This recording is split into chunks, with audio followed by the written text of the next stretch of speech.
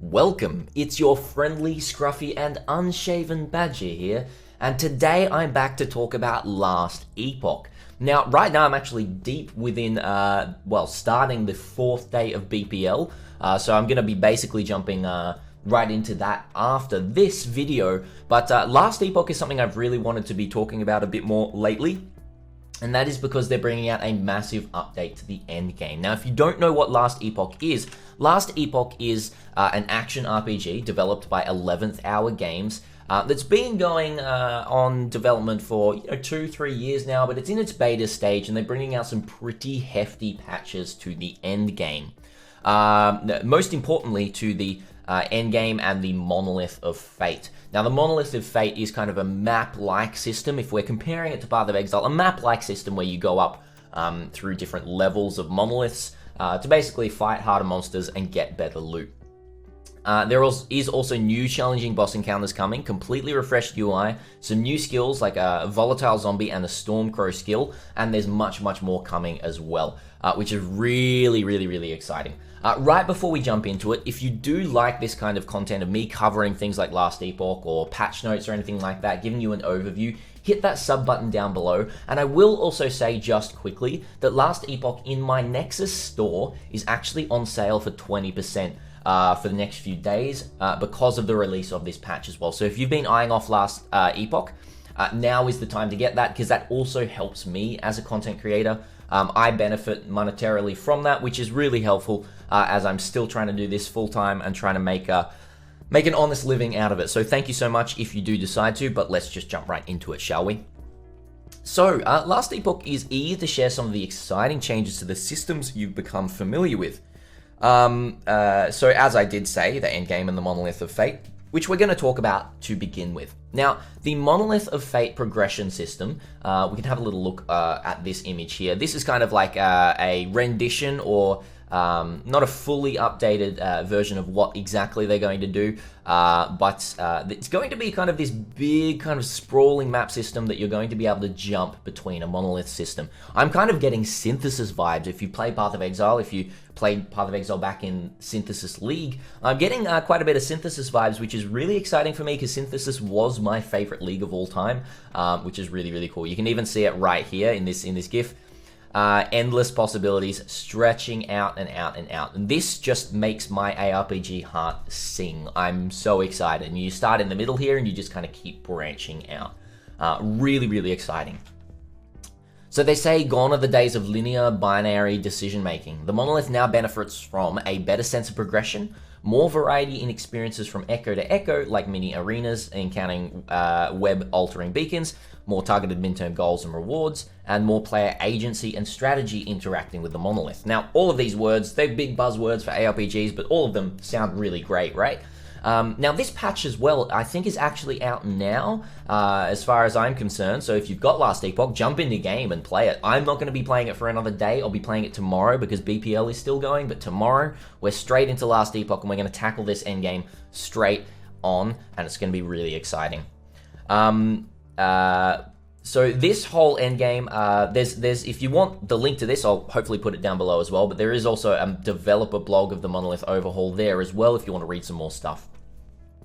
Now, there is a Shade of Oribus coming as well, where as you journey through the Monolith, you'll soon come face to face with the Shade of Oribus, an unpredictable nemesis whose appearance heralds the destruction of an entire timeline.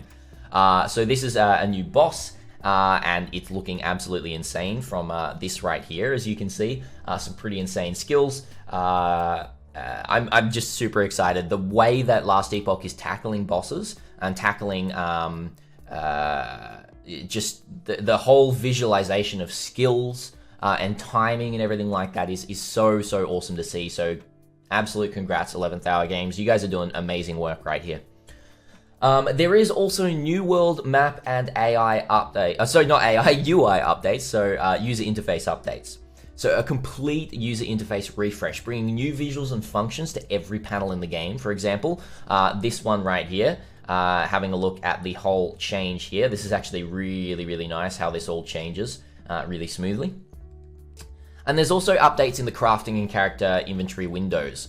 reformatted to better display key information. So you're actually going to find your crafting inventory up the top of the crafting section now, rather than down the bottom. And that's hopefully going to be a little bit easier. And then your inventory as well is a lot more manageable and a lot more nice to see all of your materials right here and your inventory here as well, which is pretty nice. This should be a really, really nice update to just give more clarity to how it's going. I really, really will say, looking through all of this, Last Epoch is doing, or 11th Hour Games, are ticking every single box in kind of updates for a beta game to bring it to light.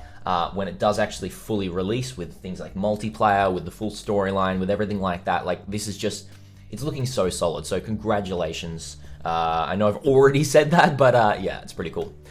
Now we've got some new skills. Summon Stormcrow from the Primalist can summon Stormcrows, whose default ability is to cast lightning damage dealing spells from a distance, which is pretty cool. Stormcrows. As you can see here, they're casting a little bit of, looks like some sort of arc. And then a little bit of a storm call there as well. I'm using PoE terms because, look, a lot of you will be coming from Path of Exile. And there is also a Volatile Zombie. So instead of, you know, summoning zombies in Path of Exile and then taking the minion instability node, we've just got zombies that we can summon that will just explode for us. The Acolyte can now raise Volatile Zombies who trudge towards the nearest enemy, and when they reach the enemy or die, they explode, dealing physical and fire damage to all nearby enemies. I think I'm actually going to start with this build. I haven't done a minion build yet, and I want to start with exploding minions, so I think that's going to be super, super fun. Now, they've actually got a full thing here saying they're responding to feedback. You requested them, so here they are, movable stash tabs. Straight like that. I remember about 3 months ago playing Last Epoch and talking about this, and I was like, that'd be really cool to see in the new update. Guess what they did? They put it in the new update. So that's super, super awesome. You can move your stash tabs around, which is going to be super, super helpful. There are also feedback regarding minions. Minions will now be quicker to engage in combat with nearby enemies. They'll now remain in combat rather than returning to you when you reposition in combat, such as when kiting. And minions will now increase their movement speed temporarily in certain situations, such as when catching up to you or initiating combat. Amazing AI adjustments. I'll have to wait and see how that actually feels in-game, but I think it's going to be super, super nice. Minions in an ARPG and their AI, it's really difficult to get right. So if this is feeling, you know, 20% better, that's super awesome. And that is pretty much it. They say, fear not, the difficulties of your minions attacking the God of Storms are lagon. Get it? That's pretty funny. That's a little boss name joke in Last Epoch. If you haven't played Last Epoch, you're not going to actually be in that in-joke unless you go to the Nexus store down below and purchase Last Epoch. Now, what is Nexus? I'll just quickly show you guys. Nexus, you can actually go to nexus.gg/badger, and you can pick up games or even microtransactions from Path of Exile here as well. Now, the games that you can pick up, I've got some highlighted games here, like No Man's Sky, I've got Last Epoch and that sort of thing as well here. But you can actually pretty much purchase any game that is on Nexus for your favorite creator. I'm going to put some more games on here as well. I've got things like Nova Drift, Slay the Spire, Star Valor, and Civ 6, some of my favorite games all through here. But Last Epoch right now, as you can see, is 20% off. It is $27.99 USD. Now, in a lot of places, this is going to be a fine price. Nexus doesn't have localized pricing yet, like Steam, so it may be cheaper for you just to still get from Steam, depending on where you are in the world, so don't feel pressured to do this. But I will say that Last Epoch, we get about, it's about 20% of the cost of Last Epoch. Creators get. It differs for games, but I get around about $5-ish straight to me if you do purchase Last Epoch through the Nexus store, which is really, really nice. So if you want to help me, you know, continue being a content creator, I know I'm doing a bit of a plug here, but look, it's one way that I survive, basically.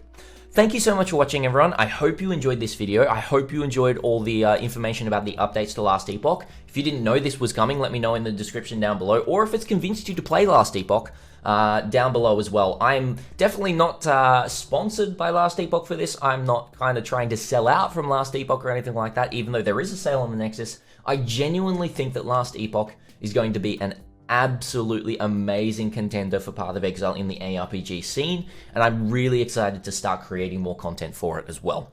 So thank you so much for watching, guys, and until next time, Badger out.